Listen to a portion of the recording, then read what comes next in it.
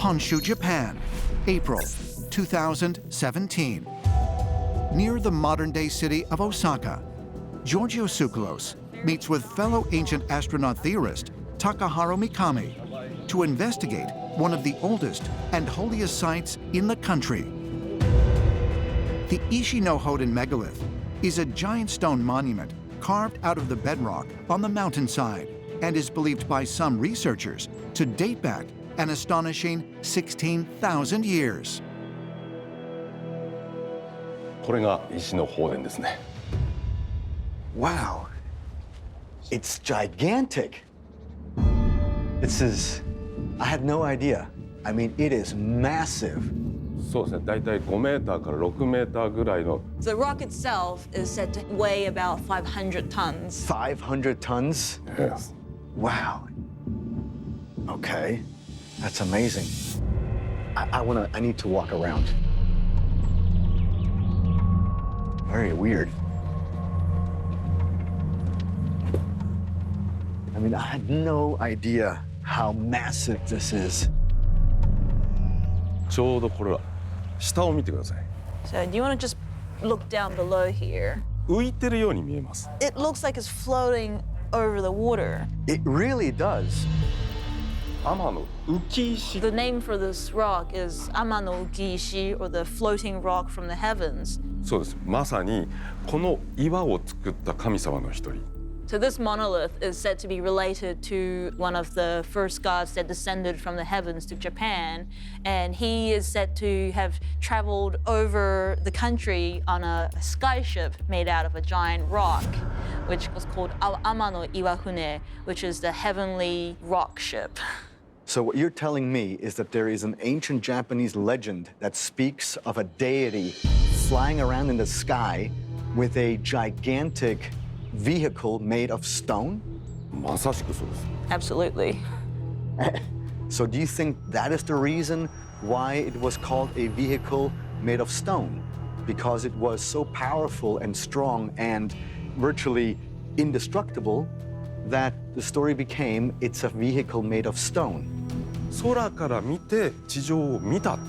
You're absolutely right, because the gods were flying over the land on a giant ship. It wasn't a plane because it didn't have wings. It looked like a ship made out of very hard material that was like a very hard stone, and they would descend from the heavens and down onto the land, and thus they would travel around the country.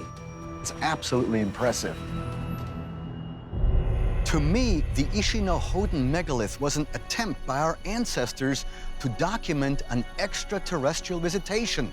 And they chose this incredibly hard stone as a way to represent the color and indestructible nature of the craft they saw in the sky.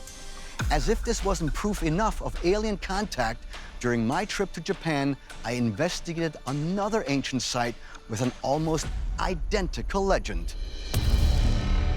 Asuka Park, Japan, April 2017. Does that say rock ship? Masuda rock ship, this one. All right.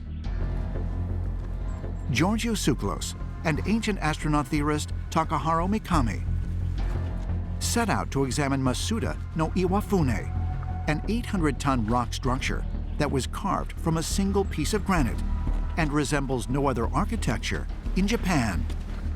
Check out this square grid on the sides. I mean, this is something that I've seen before in India, in Mahabalipuram, where they have the same mythologies of celestial beings, and they had something very similar on the side of some of their rocks as well. Mm-hmm. I can't wait to see the top. Amazing.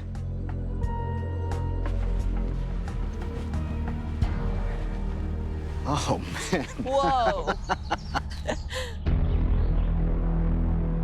Wow, that is...